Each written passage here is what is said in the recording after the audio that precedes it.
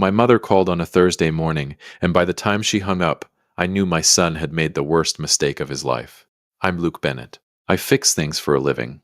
Not literally, though I've patched enough drywall in my time. I mean, I'm the guy people call when something breaks that a wrench can't touch. Bad decisions. Worse consequences. I've been doing it so long, it stopped feeling like a skill and started feeling like a curse. And standing in my kitchen in Cedar Falls, Iowa, coffee going cold on the counter, I had that familiar electric hum in my chest, the one that meant something was already broken and nobody had told me yet. Welcome back to Dad's True Revenge.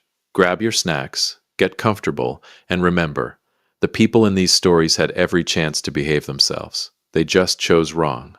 Drop a comment and be sure to subscribe. You're going to love it here. It was Thursday, just past 9 a.m. My mother, Dorothy Bennett, 81 years old, still on a landline, Birchwood Lane in Davenport, called me out of nowhere. No hello. No comment about the weather or my hairline. Just my name, dropped flat and careful, like she was testing the floor before she stepped on it. Luke? Hey, Mom. I turned the burner off. What's wrong? Did Nathan's graduation party already happen? There it is. I set my mug down slowly. Nathan, my grandson Christian and Olivia's boy, had just wrapped his first year at Drake University in Des Moines. Olivia had been talking for months about throwing him a party at their place out in Ankeny. Big deck, nice neighborhood. The kind of house they brought up in conversation more than was strictly necessary. I'd figured I'd get a call. I'd figured Dorothy would too. She's the boy's great-grandmother. She taught him gin rummy. She once chased a raccoon off his bike with a broom and didn't even spill her sweet tea. She earned an invitation. Yeah, I said slowly. I think it was this past Saturday. Why? Nobody called you. I called Christian, she said, to ask. He went quiet. Then Olivia got on the line and laughed. Said, "Oh, Mrs. Bennett, the party was last Saturday." Just like that, I felt something cool move through me. Not anger, not yet. Something more like recognition. She laughed. I didn't know it yet, but that laugh was going to be the most expensive sound Olivia Davis Bailey ever made. I called Christian before I was off the phone with Dorothy. He picked up fast, too fast, the way guilty people always do. And I didn't bother warming up. Why wasn't your grandmother at Nathan's party? Silence. The specific silence of a man running numbers in his head. Dad. Just Nathan's friends, college people. It wasn't really a whole family. She's 81 and lives 20 minutes from you. I know, but I've got time. And then I remember this like it happened in slow motion. I heard Olivia's voice in the background. Not the words, just the tone. Low, urgent, pointed, like a coach whispering through a headset. That's when the hair on the back of my neck stood up. We'll come by, Christian said finally. Next week. We'll explain in person. Christian, next week, Dad. Please. He hung up. I stood in my kitchen in Cedar Falls with cold coffee and a hot suspicion, and the dawning ugly feeling that this had nothing to do with a party. I called Dorothy back. They're coming next week, I told her. Christian and Olivia. They want to explain in person. That sound. The one that means she already knows the end of the story and she's waiting to see if I'll catch up. Mom, what aren't you telling me? A pause long enough to park a truck in. Shirley Greer was at that party. Shirley, your Shirley. From First Methodist. She goes to Olivia's Pilates class now. The dryness in my mother's voice. Could strip varnish. She didn't know I hadn't been invited. Called me Sunday to say what a lovely time she'd had. Mentioned meeting a very professional young woman. A lawyer. Emily, she thought. Had a leather folder. The floor shifted under me. A lawyer. At a graduation party. With a leather folder, Dorothy repeated, as if the folder was the part that really said it all. Maybe it was. Shirley said they all went inside for about an hour, Dorothy continued.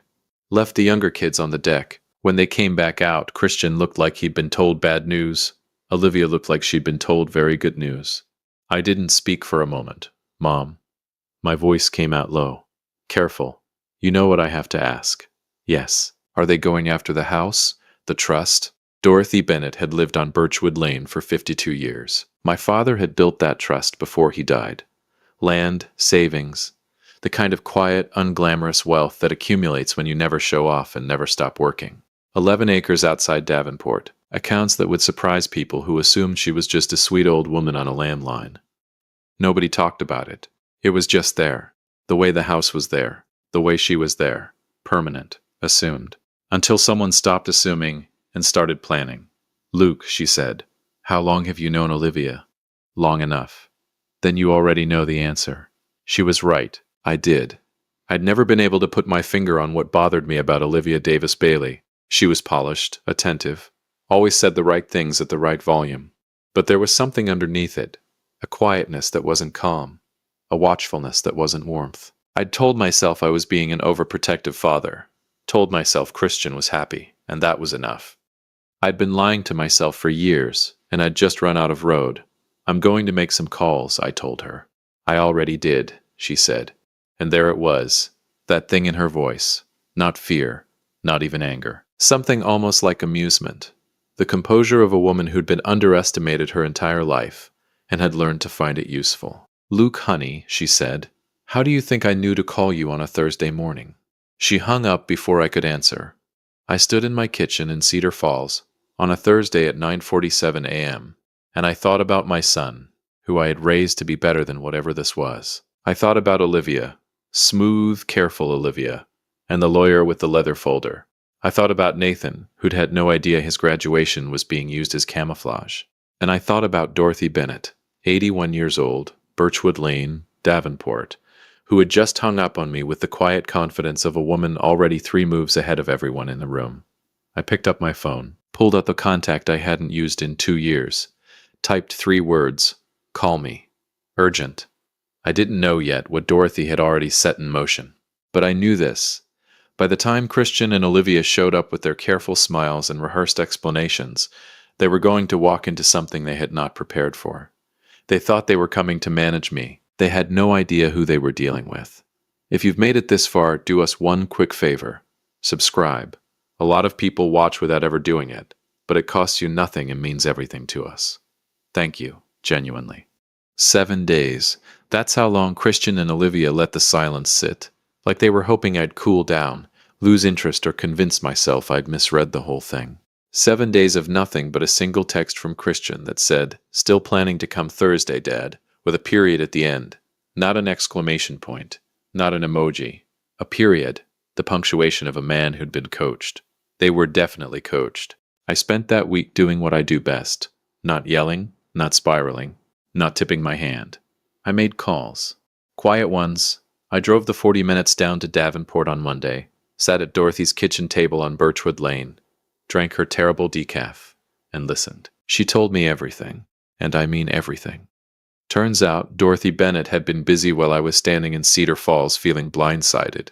The morning after Shirley Greer's phone call, that would be Sunday, my 81-year-old mother had gotten dressed, driven herself to downtown Davenport, and walked into the office of one Emily Johnson, a state attorney, 4th floor of the Kendall Professional Building on Brady Street.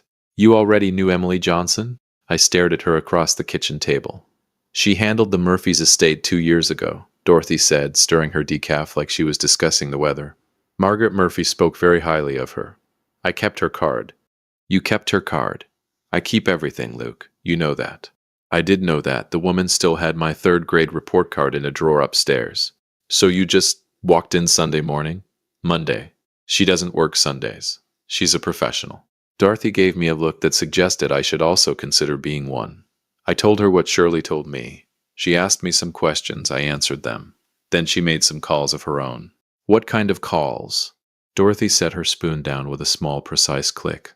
The kind, she said, that confirmed Christian and Olivia had retained a lawyer, a Daniel Pruitt, apparently office over in West Des Moines, to begin the process of contesting my mental competency. The kitchen went very quiet. Outside, a lawnmower droned somewhere down Birchwood Lane. A cardinal hit the window feeder. Normal Thursday sounds in a normal neighborhood, except nothing was normal anymore, and hadn't been for a week. Mental competency, I said. Apparently I'm too old to make sound decisions about my own estate. She picked up her coffee cup. I found that interesting, given that I was the one who walked into a lawyer's office without being asked while my son was still processing his feelings in Cedar Falls. I didn't have a response to that. She wasn't wrong. Mom, I pressed both hands flat on the table. I need you to hear me. What they're trying to do, it's not just insulting. It's illegal if done improperly. Emily explained it to me very thoroughly, yes. She nodded. She also explained what I needed to do to make sure it goes nowhere. Which is? Dorothy smiled. It was the smile she used to give me when I was 16 and thought I was smarter than her. I never was. Not once. We'll get to that, she said. Thursday arrived like a storm that's been on the radar for days. You know it's coming. You've done everything you can, but there's still that moment when you hear the first crack of thunder and your stomach drops anyway. Christian and Olivia pulled into my driveway at 2:14 p.m. in Olivia's white Audi. Of course it was an Audi. And I watched them from the kitchen window for a second before I went to the door. Christian got out first. He looked tired, hollowed out, the way men look when they've been arguing with their wives for a week and losing. Olivia got out second, and she looked the opposite, composed, bright-eyed, wearing that careful smile I'd spent years trying to decode. Now I had the translation. Turns out it meant, I want something that isn't mine. I opened the door before they knocked. Dad. Christian stepped forward and hugged me. It was a real hug. I'll give him that. The kid still loved me. Whatever Olivia had talked him into, he hadn't gone completely cold. I held on to that. Come in, I said. I made coffee. Olivia kissed my cheek. Luke, thank you for being patient with us. We really wanted to explain in person. Of course, I said pleasantly. Patient. Right, that's what I'd been. We sat at the kitchen table, same table where I'd eaten cereal as a kid, same table where Christian had done homework, same table that apparently no longer carried any sentimental weight for the people currently sitting at it with a legal strategy. I poured coffee. Nobody spoke for a moment. Then Christian said, Dad, we want to talk to you about Grandma Dorothy. Okay, I said.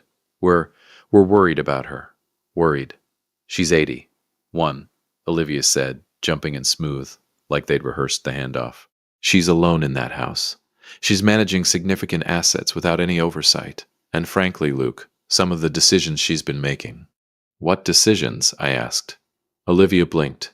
Just once, but I caught it. She hadn't expected me to push back this fast. Well, she gave a significant sum to her church last year without consulting anyone. It's her money. Of course, but she can give it to the raccoons if she wants, Olivia. It's her money. Dad, nobody's saying she can't do what she wants.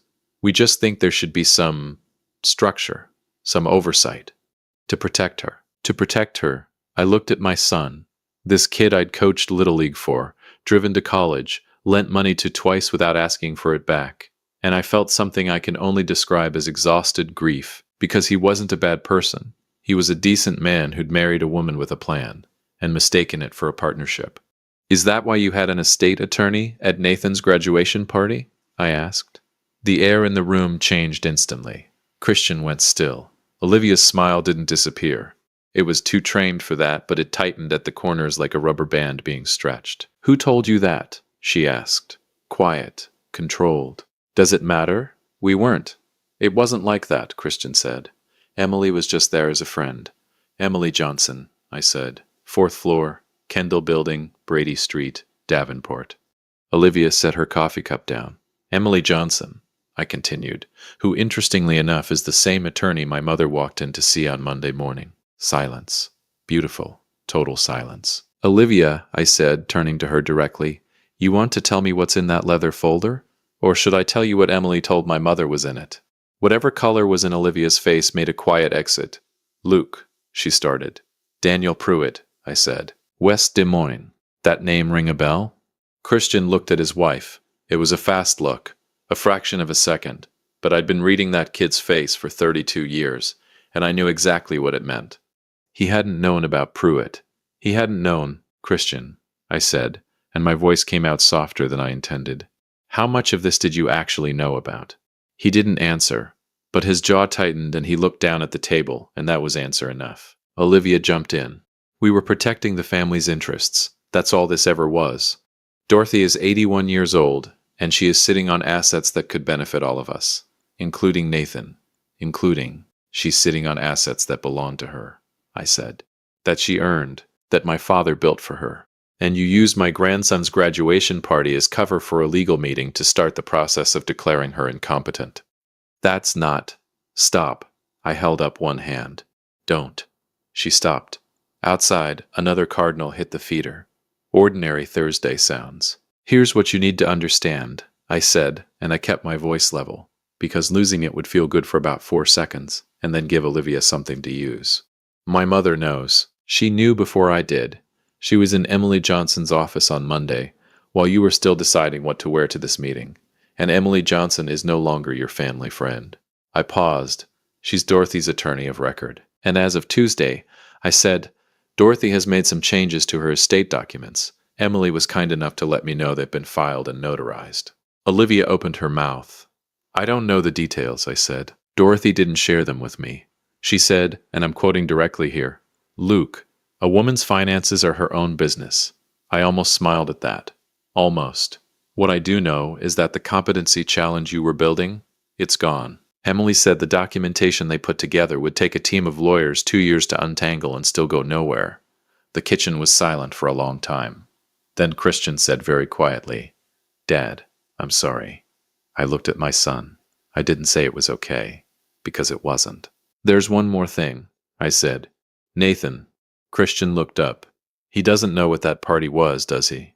It wasn't a question. Christian shook his head slowly. He's going to find out, I said. Not from me, but he's going to find out. And when he does, that's between you two and him. I stood up and picked up my coffee cup. I think we're done for today. Olivia looked like she had 17 more things to say. She said none of them. They left at 3:41 p.m. I watched the white Audi back out of my driveway and disappear down the street. Then I called Dorothy. She picked up on the first ring. How'd it go? She asked. About how you'd expect, I said. Christian didn't know about Pruitt. I didn't think he did. Mom, I leaned against the counter. What exactly did you change in those documents? Silence. Then that sound, that infuriating, magnificent Dorothy Bennett sound. I told you, Luke, a woman's finances are her own business. Mom, I'll see you Sunday for dinner, she said. I'm making pot roast. She hung up.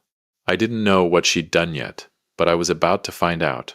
And something told me Olivia Davis Bailey's Thursday was about to get a whole lot longer.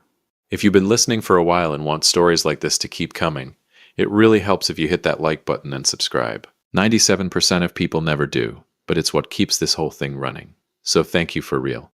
Sunday pot roast. That's how my mother chose to detonate a bomb. Over pot roast, dinner rolls, and sweet tea at a table set for 5 in the house on Birchwood Lane where I grew up. She'd iron the tablecloth. Which meant she'd been planning this for longer than any of us knew, and every single one of us was about to find out exactly how long. Let me tell you something about Dorothy Bennett that you need to understand before this story ends. That woman has never raised her voice in anger. Not once in my memory. She doesn't slam doors. She doesn't cry in front of people. She doesn't threaten. She doesn't warn. She just waits, patient and quiet and absolutely lethal, until the moment is exactly right, and then she doesn't destroy you loudly. She destroys you completely. Sunday. 4 p.m. I pulled up to Birchwood Lane and immediately noticed 2 things. First, Christian's car was already in the driveway. Second, so was Nathan's beat-up Honda Civic with the Drake University parking sticker on the back window. She'd invited Nathan. I sat in my truck for a full 10 seconds processing that information. Dorothy had invited Nathan, the grandson, the kid whose graduation party had been used as a staging ground for a legal ambush against his own great-grandmother. She'd invited him to Sunday dinner without telling anyone else. Oh, she was good. She was so incredibly good. I walked in through the front door. Never knock at Dorothy's, she considers it rude from family, and found Christian sitting at the kitchen table looking like a man waiting for a sentencing hearing. Nathan was next to him, lanky and 20, scrolling his phone with the beautiful oblivious energy of someone who had no idea what was about to happen to his afternoon. Olivia sat across from them both, spine straight, smile surgical, hands folded like she was chairing a board meeting. Dorothy was at the stove, stirring. Luke, she said, without turning around, hang your coat. Dinner's in 20. I hung my coat. I sat down. I looked at Christian, who looked at me, who looked away first. I looked at Olivia, who met my eyes with that polished steadiness that I now recognized for exactly what it was, the composure of someone who still believed they had options. She didn't have options. She just didn't know it yet. Grandma D, Nathan said, finally looking up from his phone. Smells incredible in here. Thank you, baby, Dorothy said, still stirring. How are your classes coming? Good, good. Professor Ellman gave me an extension on my econ paper, so I'm basically living my best life. Wonderful, Dorothy said. Hard work pays off. The irony in that sentence was load-bearing, and only 3 people in the room understood why. Dinner was the most elaborate performance of normalcy I have ever witnessed. Dorothy served pot roast, roasted carrots, dinner rolls from scratch the woman is 81, and sweet tea in the good glasses. She asked Nathan about his roommate. She asked Christian about his job. She complimented Olivia's blouse, which was a very deliberate move because it made Olivia visibly uncertain whether she was being welcomed or set up. Both, Olivia. The answer was both. I ate and watched and said very little, which is its own kind of skill. Christian was doing the same, picking at his food, laughing a half-beat too late at things. Nathan ate like only a 20-year-old college kid can eat, enthusiastically and without guilt, completely unaware that the table he was sitting at had been arranged like a chessboard, and every piece was already in position. Then Dorothy set down her fork, folded her napkin, placed it beside her plate with that small, precise click that I had heard once before, in her kitchen on Monday, right before she told me about Daniel Pruitt. The sound of a woman who is ready. Nathan, she said pleasantly, I have something I'd like to give you. Nathan looked up, rolled halfway to his mouth. Yeah? Dorothy reached into the pocket of her cardigan, the navy one, the good one she wore to church, and produced an envelope, cream-colored, sealed. She slid it across the table to him. Nathan put the roll down and picked up the envelope. Grandma D, what is?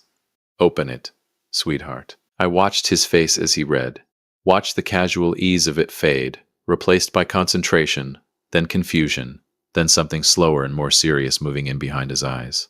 Christian was watching too. His fork had stopped moving entirely. Olivia had gone very still. Nathan looked up.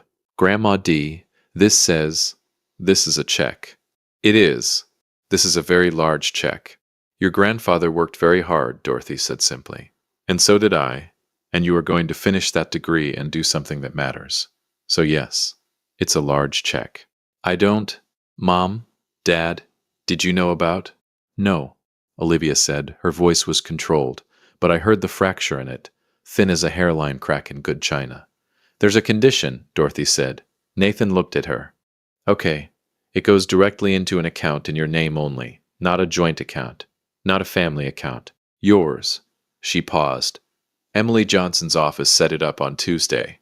It's already done. The check is a formality. The transfer has been initiated. The table was silent. I felt something in my chest that I can only describe as watching justice move in slow motion. I also want you to know, Dorothy continued, her voice still perfectly infuriatingly calm, that I've updated my estate documents. Everything has been restructured. Emily was very helpful.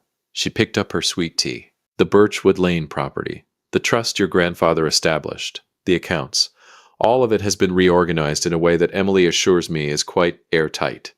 Not at Christian. Olivia. Grandma. Christian started. I'm not finished, sweetheart. She set her glass down. I also want to mention, and I say this with love, because I do love this family, that I've been evaluated by Dr. Patricia Howe at Davenport Medical Center on River Drive. Full cognitive assessment. Memory, reasoning, judgment. She tilted her head slightly. Passed with, as Dr. Howe put it, remarkable clarity for any age, let alone 81. Emily has the report. It's been attached to my estate filing. The hairline crack in Olivia's composure split open. Just slightly. Just enough. Dorothy, she started. Olivia. Dorothy's voice didn't harden. It didn't have to. It just settled. Like a stone dropping to the bottom of clear water. I know about Daniel Pruitt. Silence. I know about the meeting at Nathan's party. More silence. I know what was in that leather folder. Nathan turned to look at his mother. Slowly. The way you turn toward a sound you're not sure you actually heard. What leather folder? He said. Nobody answered him. What meeting? His voice had changed. The easy college kid warmth gone. Something flatter and more adult moving in underneath. What are you talking about, Grandma D? Dorothy looked at her great-grandson with an expression of pure, uncomplicated love. Ask your parents, baby, she said gently. I think it's time. What followed was not a conversation I will describe in full, because some of it belongs to Christian and his son and the long uncomfortable work of being honest with someone you love. What I will tell you is that Nathan Rivera Bailey was not the oblivious kid he'd appeared to be over dinner rolls. He was a 20-year-old who had noticed things, a lawyer he didn't recognize, a closed-door meeting during his own party. His mother's energy that day wound tight as a spring. He'd filed it away. Kids always do. When it came out, when Christian, pale and hollowed, explained what they'd been trying to do, Nathan didn't yell. He didn't throw anything. He just looked at his mother with an expression I recognized, because I'd worn it myself at that kitchen table 4 days ago. The look that means I'm rearranging everything I thought I knew about you. You used my graduation, he said. Just that. Flat and quiet. Olivia tried. Nathan, we were trying to protect. You used my graduation. He said it again, same tone, like he was making sure the words were real. She had no answer for that. By 6:30 p.m., Christian and Olivia were gone. Nathan stayed. He sat at the kitchen table with Dorothy while I did the dishes, my traditional role at Sunday dinners going back 30 years, and I listened to them talk. Real talk. The kind that happens after everything false has been cleared away. I'm sorry they did that, Grandma D, he said. Don't apologize for other people's choices, she told him. That's a weight you don't need to carry. Are you okay? Nathan. A pause. The sound of her patting his hand. I'm 81 years old. I have survived a great deal more than this. Your grandfather's passing. 3 recessions. A roof that collapsed in the winter of 1987. This was an inconvenience. He laughed, surprised into it. An inconvenience. A manageable one. Another pause. I have good people around me. Emily is sharp. Your grandfather, Luke, despite his feelings, kept himself together. Despite his feelings? I called from the sink. You wanted to flip the table at Thursday's meeting, and we both know it, Luke. Nathan laughed again. It was a good sound. A real one. I had not flipped the table, but I won't pretend it hadn't crossed my mind. I walked out to my truck at 7:15 p.m. Nathan walked out with me, hands in his pockets, Drake hoodie, the cold Davenport evening turning his breath to small clouds. Grandpa Luke, he said. Yeah, that's real? That's mine? It's yours. Emily Johnson locked it up tight. Your name, your account. Nobody touches it. I know you didn't. I looked at my grandson, this kid who'd been used as camouflage without his knowledge, who'd sat through a Sunday dinner that detonated his understanding of his own family, who hadn't crumbled or deflected, or made it about himself. Yeah, I said. She does. Don't waste it. He nodded, kicked at a pebble on the driveway. Is my dad going to be okay? There's the kid who loves his father. He's going to have some hard weeks, I said. But Christian's not a bad man. He made a bad decision with a person who was very convincing about it being a good one. That's a recoverable thing, if he does the work. Nathan nodded slowly. What about my mom? I looked at him for a moment. That, I said carefully, is above my pay grade. He almost smiled at that. Yeah. He looked back at the house. The light in the kitchen window, Dorothy's silhouette moving around her clean table. She's something else, isn't she? Grandma D. She always has been, I said. We just keep forgetting. I drove back to Cedar Falls on a cold Sunday night with the radio low and the highway empty, and the particular feeling of a man who has watched something be made right without throwing a single punch. It's a quieter satisfaction than revenge movies prepare you for. Less explosion, more resolution. The specific exhale of watching someone underestimate the wrong person and live with the consequences. Dorothy Bennett had been written off as a sweet old woman on a landline in a house on Birchwood Lane. She'd been assessed, strategized against, and legally maneuvered by people who ate her pot roast and called her family. She'd beaten them before they'd even finished planning.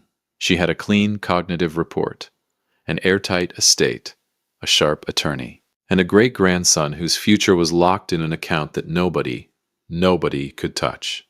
All Olivia had was a lawyer in West Des Moines, who was about to have a very unproductive phone call Monday morning. I almost felt bad. I did not feel bad.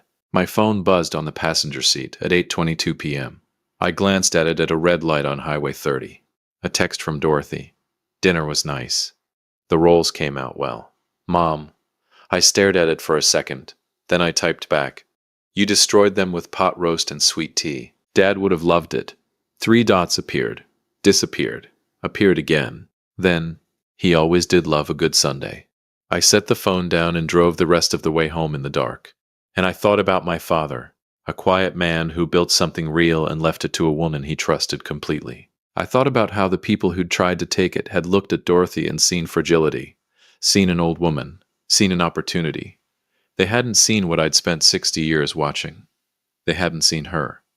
And that, right there, was the only mistake that ever mattered. If you liked this story, join our community by hitting that like button and subscribing for more real, raw, and family-centered stories. And as always, thank you for being a part of this sphere.